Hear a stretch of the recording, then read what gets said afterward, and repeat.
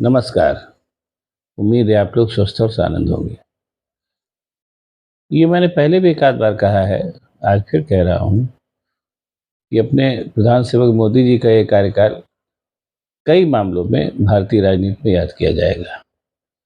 और सबसे बड़ी बात इस तौर पे याद किया जाएगा कि एक एक के बाद एक बहुत ही ऐतिहासिक अवसर मिलने के बावजूद भारतीय जनता पार्टी और अपने मोदी जी ने उन सारे ऐतिहासिक अवसरों को गँवा दिया। बहरहाल, ये तो अपनी-अपनी सोच की बात है, क्या किया जा सकता है। और दूसरी चीज़ ये कि ये पूरा कालखंड मोदी सत्ता का बहुत बड़े-बड़े सामाजिक परिवर्तनों के लिए भी याद किया जाएगा। सामाजिक के साथ-साथ आर्थिक परिवर्तनों के लिए भी याद किया जाएगा और साथ ही साथ इस चीज़ के लिए भी याद किया जाएगा कि किस तरीके से कई बार इतिहास के तार्किक जो प्रभाव पड़ने थे, उनको बदलने के लिए प्रयास किए गए। ये बात धीरे-धीरे सबकी समझ में आ जाएगी। बहरहाल आज अब बात शुरू की जाए। आज बिहार की जो जातिगत जनगणना है, उसके परिणाम आ गए। मोटे तौर पर वहाँ उसमें ये बात आई कि 63% करीब पिछड़े और अति पिछड़े हैं वहाँ पर और 15% सवर्ण हैं और बाकी में बाकी जाति हैं। यानी मोटे तौर पर जो विकास का जो पैमाना होना चाहिए इस जातिगत जनगणना के आधार पर विकास का जो पैमाना होना चाहिए, जो विकास की नीतियाँ बननी चाहिए, उसके हिसाब से जो उसके परिणाम सामने आने चाहिए, उसमें करीब 63% जो पिछड़े और अति पिछड़े हैं, उसका लाभ उनको मिलना चाहिए और सवर्णों को मिलना चाहिए और बाकी जातियों को मिलना चाहिए। ऐसा मोटा-मोटा एक बात सामने आई। अब दूसरी चीज़ एक उसी के एक बरक्स इस पे बात शुरू हो गई कि ये ये जो जातिगत जनगणना हुई है और इस जातिगत जनगणना को आधार बना करके भारतीय जनता पार्टी और मोदी जी के साम्राज्य पर प्रहार किया जाएगा, ये बात भी सामने आने लगी। लेकिन इसी के साथ-साथ एक बात और सामने आई, वो ये है कि पिछड़ों और अति पिछड़ों का एक बहुत बड़ा तबका भारतीय जनता पार्टी के साथ भी लामबंद है। ऐसे में ये चीज़ कहाँ तक ये जो जातिगत प्रहार भारतीय जनता पार्टी के ऊपर किया जाएगा, भविष्य में जैसा कहा जा रहा है, वो कहाँ तक सफल होगा? ये बात सामने आ रही है। अब यहीं पर चीज़ों को समझने के लिए कि जो जातिगत जनगणना बिहार में हुई और उस जातिगत जनगणना को आधार बना करके प्रहार भारतीय जनता पार्टी पे किया जाने की बात चल रही है, जिसके पास भी पिछड़ों और अति पिछड़ों का बहुत बड़ा समूह उसके पास भी है, जिसकी वजह से भारतीय जनता पार्टी आज की तारीख में पावर में है। उस चीज़ को जो बिहार की जो जातिगत जातिगत जनगणना हुई है, वो कैसे काउंटर करेगी, ये बात भी समझने वाली बात तो है ही। इस बात को समझने के लिए फिर बात वहीं से शुरू होती है कि बार-बार वहीं से बात आ जाती है कि जो कुछ भी इस समय हो रहा है और आगे भी होगा, उसके सब के बीज जो है भारतीय स्वतंत्रता संग्राम में ही बो दिए गए थे और उसी के परिणाम आज भी सामने आ रहे हैं, आगे भी सामने आएँगे। होता क्या है कि एनालिसिस करते समय अमूमन आम तौर पे हम लोग तात्कालिक परिस्थितियों पे ही बातचीत करते हैं, जबकि उसके पीछे क्या वजह रही हैं जिनकी वजह से तात्कालिक परिस्थितियाँ बनती हैं, उस पे भी बात होनी चाहिए, तो चीज़ों को समझने में मज़ा भी आएगा, आसानी भी होगी। तो फिर चलिए अभी फ़िलहाल इस बात को जो बिहार की जातिगत जनगणना है और उसके आधार पर जो भारतीय जनता पार्टी पे आक्रमण करने की बात कही जा रही है और जिस चीज़ को राहुल गांधी ने ये कह के महिला आरक्षण में कि महिला आरक्षण में महिलाओं जो अति पिछड़ा समूह है उसके लिए कोई व्यवस्था नहीं की गई है महिला आरक्षण कानून में, उसको एक तरीके से राहुल गांधी ने हवा ही दी है। ये चीज़ जो है कैसे अमली जामा पहनेगी, इस चीज़ को जानने के लिए ज़रूरी फिर है कि हम लोग वापस भारतीय स्वतंत्रता संग्राम की ओर वापस चलें और वहाँ से चीज़ों को शुरू करें, तो चीज़ों को समझ जैसे मैंने कहा कि मज़ा भी होगा और आसानी भी आएगी। भारतीय स्वतंत्रता संग्राम की जब शुरुआत हुई, मोटे तौर पर ये कह लीजिए कि शुरुआत तो अ, एक तरीके से पहली जो भारतीय स्वतंत्रता संग्राम हुआ, वो 1857 में ही हुआ, जो हालाँकि सफल नहीं रहा, लेकिन उसमें एक चीज़ हुई कि उस स्वतंत्रता संग्राम में जो जो जो नेतृत्व था, वो नेतृत्व था नो जो नेतृत्व था, वो हिंदुओं और मुसलमानों के सवर्ण तबके में था और चाहे वो नवाब थे, चाहे बादशाह बहादुर शाह जफ़र थे, चाहे वो हिंदू राजा थे या हिंदू ज़मींदार थे, उनके सबके हाथ में रहा। और साथ और जनता ने उसमें जो मोटे तौर पर बहुत ही प्रबल भागीदारी की। अपने इसी लखनऊ में जो लड़ाई हुई, उसमें पासियों का योगदान जो है बहुत ही बड़ा ही प्रबल रहा। वो बात इतिहास को जानने वाले जानते हैं। बहरहाल वो लड़ाई किन्हीं वजहों से सफल नहीं हो पाई और बाद में चीज़ें जो है वो नए सिरे से शुरू हुई। और दूसरा स्वतंत्रता संग्राम जो था वो कांग्रेस के ज़माने में जिसने परवान चढ़ना शुरू किया, वो शुरू हुआ महात्मा 1915 में महात्मा गांधी के आने के साथ। हालांकि उसके पहले कांग्रेस बन चुकी थी 1885 में, और कांग्रेस ने जो है वो उसमें भी वही हुआ था कि कांग्रेस जो बनी थी उसमें जो नेतृत्व था वो सब सवर्ण लोगों के हाथ में था, जो सवर्ण थे और धनी थे। और वो एक तरीके से पिटीशन की, उसको मजाक में पिटीशन की बात कही जाती थी। और जैसा अकबर इलाहाबादी थे, एक बड़े मशहूर शायर थे, हाई कोर्ट के जज भी थे, उन्होंने कहा भी था अपने मजाक में कि रंज लीडर को बहुत है मगर आराम के साथ, कौम के गम में डिनर खाते हो काम के साथ। वो जो कांग्रेस का जो शुरुआती दौर था वो ऐसा ही था कि जो उस समय के समाज का जो प्रबुद्ध और धनी तबका था, जो मोटे तौर पर सवर्ण भी था, चाहे वो हिंदू था चाहे मुसलमान, वो अंग्रेज़ों के साथ मिल करके अपनी समस्याएं डिस्कस करता था और वो एक तरीके से बातचीत होती थी। उसी पे व्यंग्य किया था अकबर इलाहाबादी ने। खैर, महात्मा गांधी के आने के बाद स्थितियाँ एकदम बदल गईं। और महात्मा गांधी ने जब महात्मा गांधी के साथ जो स्वतंत्रता संग्राम का फाइनल चरण शुरू हुआ, एक तरीके से कह लीजिए, उसमें भी जो लीडरशिप थी वो सवर्ण लोगों के हाथ में थी, चाहे वो मुसलमान थे, चाहे वो हिंदू थे, जो लीडर्स थे उस स्वतंत्रता संग्राम के।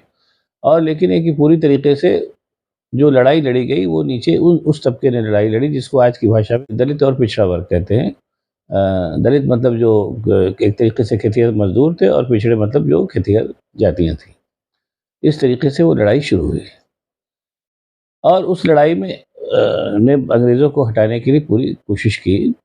उस लड़ाई में एक चीज़ बहुत ख़ास तौर पे जो की वो ये हुई कि उस लड़ाई के दौरान ही कांग्रेस ने वो ढाँचा अपने दिमाग में सोच लिया और उसको कई बार मंच पर भी साझा किया कि जब भारत स्वतंत्र हो जाएगा तो हमें कैसा भारत चाहिए हो।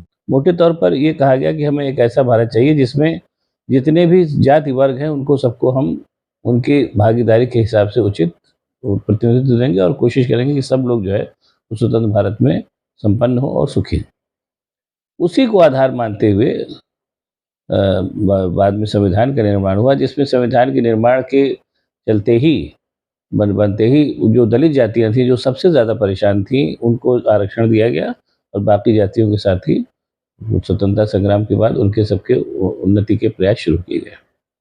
पहले भी एक आध बार मैं बता चुका हूँ कि उस जो संविधान में जो प्राविधान किए गए, उस प्राविधान के चलते मोटे तौर पर 1977 तक जो दलित जातियाँ थीं और जो पिछड़ी जातियाँ थीं, वो दोनों ही जातियाँ, उनका एक बहुत बड़ा तबका अच्छा खासा संपन्न हो गया। और उसमें भी, उस संपन्नता में भी सरकारी नौकरियों का बहुत बड़ा योगदान था, क्योंकि सरकारी नौकरियों के साथ इन जातियों की सामाजिक हैसियत भी बढ़ी और आर्थिक उन्नति भी आई। और उन्हीं उन्हीं इसी चीज़ का नतीजा ये हुआ कि हिंदी पट्टी में जो क्षेत्रीय छत्र जिनको कहा जाता है, चाहे यहाँ पर मुलायम सिंह हुए, चाहे उधर लालू हुए, या बिहार क्या नाम है, ये सब जो हुए, बिहार लालू पहले कर्पूरी ठाकुर वगैरह हुए, ये सब कांग्रेस की उन्हीं नीतियों का परिणाम थे जिसमें दलितों और पिछड़ों को आरक्षण मिला और उसके चलते उनका वो तब संपन्न तबका जो था उसने राजनीति में भागीदारी की। ये प्रक्रिया 1977 में जब जनता पार्टी आई और उसने मंडल कमीशन बैठाया और मंडल कमीशन की रिपोर्ट कालांतर में आई और लागू हुई विश्वनाथ प्रताप सिंह के माध्यम से, उस रिपोर्ट ने पिछड़ों का जो एक बहुत बड़ा तबका था उसको भी राजनीति के उसमें क्या नाम है, एकदम से राजनीति के मतलब घमासान में एकदम सामने ला दिया। पिछड़े पहले भी ऐसा नहीं था कि वो राजनीति में उनका शेयर नहीं था, था शेयर, लेकिन उनकी हिस्सेदारी और ज़ोरदार तरीके से मंडल कमीशन की रिपोर्ट लागू करने के बाद सामने आई। ये प्रक्रिया चल ही रही थी तब तक जो है वो, और उस पूरी प्रक्रिया में जो सबसे बड़ी जो कमी हुई, जो सबसे बड़ा नुकसान हुआ, वो कांग्रेस पार्टी को हुआ। कांग्रेस पार्टी का ही आधार कट करके क्षेत्रीय पार्टियों के रूप में बटा, और साथ ही साथ वो कुल मिलाकर के लेकिन उसमें जो उसका जो माइनस पक्ष हुआ है कि जो जो क्षेत्रीय छत्र सामने आए, उनमें से कोई भी इतना प्रभावशाली नहीं था। जो कांग्रेस से जो कट करके इधर आ रहे थे लोग, वो उतना ही बड़ा वो राष्ट्रीय आभा मंडल अपने आप में क्रिएट कर सकता है जैसा कांग्रेस का था। चाहे वो लालू थे, चाहे वो मुलायम थे, या जहाँ भी जो थे, जो भी थे, जो क्षेत्रीय छत्र थे। इसके चलते कांग्रेस की प्रासंगिकता बनी रही, और एक एक लंबे समय तक जो सत्ता का जो बँटवारा की झगड़ा रहा, वो एक लंबे समय तक फिर कांग्रेस और इन क्षेत्रीय क्षेत्रों के बीच में होने लगा। और कांग्रेस भी ज़ाहिर बात है, चूँकि सत्ता के चुनाव की राजनीति कर रही थी, इसलिए उसने इन क्षेत्रीय क्षेत्रों के खिलाफ भी लड़ाई लड़ी, हालाँकि उसमें बहुत सफल नहीं रही। उसी प्रोसेस में एक बहुत बड़ी गलती कांग्रेस से हो गई, जिसने भारतीय जनता पार्टी को आग के लिए आगे का रास्ता साफ किया। पहला तो गलती ये हो गई कि जो राम मंदिर का ताला खुलवा दिया, और दूसरी गलती ये हो गई कि शाहबानो केस में सुप्रीम कोर्ट के फैसले को संसद में पलट दिया गया। इन दोनों कांग्रेस की इन दोनों गलतियों ने, जो सत्ता को पाने की लालसा में की गई, भारतीय जनता पार्टी के लिए रास्ता खोल दिया, और भारतीय जनता पार्टी पूरी तरीके से आज की मतलब धीरे-धीरे करके उस वहाँ तक पहुँच गई जो जहाँ पर वो आज है। बीच में अटल बिहारी का भी दौर आया, लेकिन वो दौर बहुत वैसा परमानेंट नहीं कहा जाएगा। लेकिन बहरहाल वो दौर था, और वो दौर इसलिए भी ज़रूरी था कि वो दौर ना आता तो आज नरेंद्र मोदी का दौर ना आता। राम मंदिर आंदोलन ने, और जो शाहबानो केस का जो मामला था, उसमें भारतीय जनता पार्टी को 2 तरीके से फ़ायदा पहुँचाया। एक तो राम मंदिर आंदोलन के चलते वो सारी जातियाँ भारतीय जनता पार्टी के पक्ष में भी लामबंद हो गईं, जिनको आम तौर पे पिछड़ा कहा जाता है, और ये माना जाता है कि वो कांग्रेस से छिटक करके क्षेत्रीय क्षेत्रफों के पाले तले इकट्ठा हुई थी, लेकिन उनमें से बहुत बड़ी संख्या में वो जो जातियाँ थीं वो भाजपा के पाले में गई, क्योंकि जो कांग्रेस के बाद जो क्षेत्रीय क्षेत्र पाए थे, उन्होंने उनके साथ, उन जातियों के साथ अच्छा न्याय नहीं किया। और दूसरी चीज़ ये है कि वो जो राम मंदिर का मूवमेंट चला, उस मूवमेंट के चलते जो बाकी जो जातियाँ थीं, वो सब, राम मंदिर एक भावनात्मक ज्वार था, वो भावनात्मक ज्वार स्वाभाविक है। भारत में भगवान राम का अपना अच्छा खासा वो प्रभा मंडल है, और वो वहाँ सबके सबके आराध्य हैं। गाँव में भी जाइए, राम राम कह के जयकार होती है, अनुहार होती है। उसके चलते एक बहुत बड़ी संख्या में पूरे की पूरी मतलब पिछड़ों और दलितों, इनका सबका एक बहुत बड़ा तबका जो था, वो भारतीय जनता पार्टी के पक्ष में लामबंद हुआ। और वो भारतीय जनता उस तरीके से, उसके फलस्वरूप भारतीय जनता पार्टी नरेंद्र मोदी के नेतृत्व में पहली बार बहुमत से पावर में आ गई। यहीं से फिर विरोधाभास शुरू हुआ, जो मेरा ख्याल है कि शायद सायास किया गया। और इसमें एक चीज़ और भी हुई कि इतने बड़े लोगों की लड़ाई के बाद और उसके बावजूद जो नरेंद्र मोदी की सरकार पावर में आई, उस पावर को, या उस जनादेश को कह लीजिए एक तरीके से, नरेंद्र मोदी और अडानी और अंबानी की तिकड़ी ने हाईजैक कर लिया। और पूरी कोशिश ये की गई कि जो दलित और जो पिछड़े जो आ गए हैं, क्या नाम है, भारतीय जनता पार्टी के साथ, उनको उनका देय न मिले। अगर आप, मैं एक ही बात कह के बहुत ज़्यादा नहीं करूँगा उसको, आप लोग ठंडे दिमाग से सोचिएगा कि दलितों और पिछड़ों का जो उत्थान हुआ, उसमें उसके पीछे कहीं न कहीं सरकारी नौकरियों का बहुत बड़ा योगदान था। आप लोग इसको समझ सकते हैं। और आप ठंडे दिमाग से सोचिए कि नरेंद्र मोदी के नेतृत्व में जो सरकार इतने दिन से काम कर रही है, उसने सबसे बड़ा कुठाराघात इन्हीं इन्हीं क्या नाम है, सरकारी नौकरियों पर ही किया। आज की तारीख में सरकारी नौकरियाँ कहीं नहीं हैं, और उसके चलते दलितों और पिछड़ों का एक बहुत बड़ा, जो यंग लड़के हैं, उनका समूह जो है, बहुत बड़ा समूह जो है, वो एक एक तरीके से सामाजिक न्याय से वंचित है। ये काम मेरा ख़्याल है कि जानबूझ के किया गया, क्योंकि भारतीय जनता पार्टी जो है वो संकेतों की राजनीति करती है, और संकेतों की राजनीति में उसका वो जो बहुत ही चतुराई से काम करती है। उसने एक तरफ तो ये प्रचारित-प्रसारित किया कि हम नरेंद्र मोदी पिछड़े हैं, और पिछड़ों के माध्यम से हम जो है वो पिछड़ों की राजनीति करें, लेकिन ऐसा नहीं था। वो सांकेतिक राजनीति, नरेंद्र मोदी पिछड़े ज़रूर हैं, लेकिन वो कहीं से उन्होंने पिछड़ों की राजनीति नहीं की।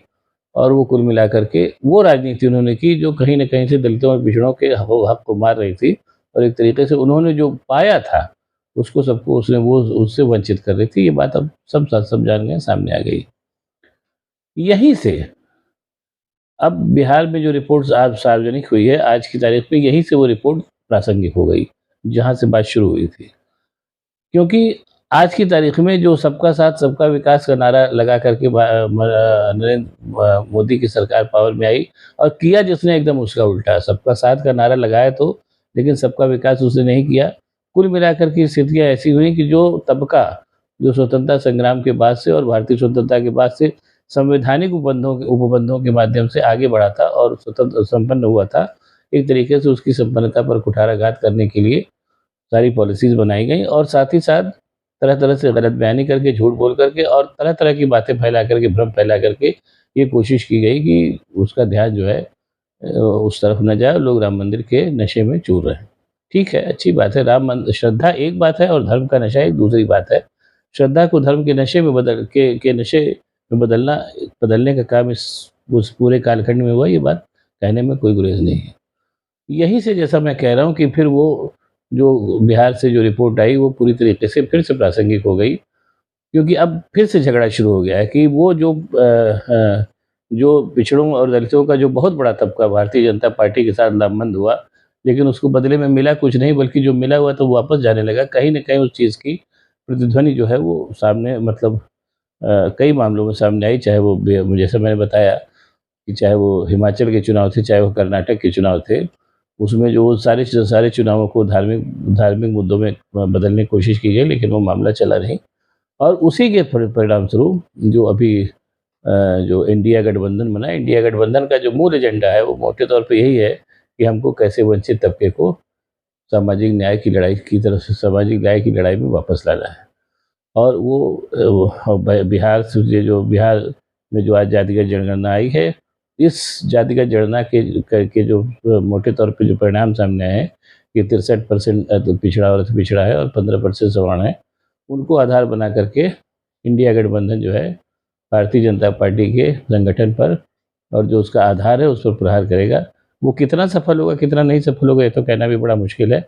लेकिन प्रहार करने के लिए जो तार्किक कारण है वो बिहार की जातीय जनगणना से इंडिया गठबंधन को मिल चुके हैं। अब उसका उसका इस्तेमाल कैसे करेगा ये देखना बड़े अपने आप में एक तार्किक आधार होगा। और दूसरी बात ये अगर ये जो हो रहा है, अगर ये तार्किक परिणति तक पहुँचता है, तो मोटे तौर पर फिर भारत की राजनीति उस दिशा में जाएगी जिस दिशा में तार्किक लोकतंत्र होता है कि अलग-अलग जातियों, वर्गों के अपने-अपने दबाव समूह होते हैं जो अपने-अपने हितों के लिए काम करते हैं। दलितों का अलग दबाव समूह होगा, पिछड़ों का अलग दबाव समूह होगा और सवर्णों का अलग दबाव समूह होगा, ऐसा नहीं है। और वो सारे के सारे अपने-अपने दबाव समूहों के माध्यम से अपने-अपने हितों के लिए लामबंद होंगे और उसके परिणाम सामने आएँगे भारतीय लोकतंत्र में। देखिए क्या होता है, ये देखना दिलचस्प अनुभव होगा। बहरहाल ये कहने में कोई संकोच नहीं है कि भारतीय राजनीति इस समय बहुत ही दिलचस्प दौर से गुज़र रही है। अगर उसके परिणाम तार्किक हुए, तो वो भारतीय राष्ट्र राज्य के हित में होंगे और नहीं हुए तो फिर देखा जाएगा जो भी नतीजा सामने आएगा। अब अगर आपको ये वीडियो पसंद आया हो तो इसको लाइक करिए, शेयर करिए, साथ ही साथ मेरे चैनल को सब्सक्राइब करिए ताकि मैं और भी ऐसी बातें आपको बताता रह सकूँ। बहुत बहुत धन्यवाद। नमस्कार।